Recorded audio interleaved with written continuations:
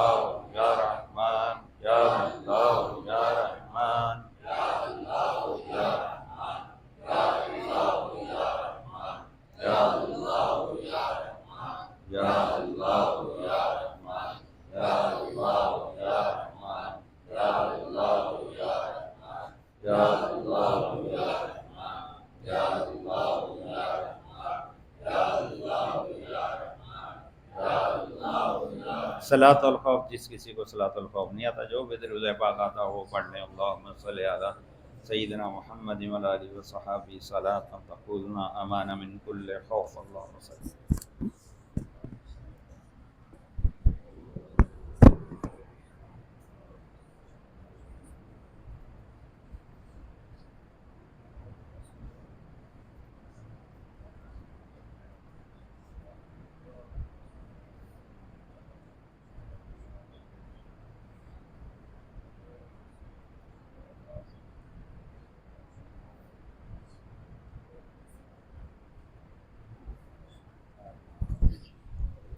آمین۔ آپ احباب نے جو راز شریف پڑھے ہیں، خلیفہ صاحب کی ملک فرما دیں۔ خلیفہ صاحب دعا فرما رہے ہیں۔ اللہم آمین۔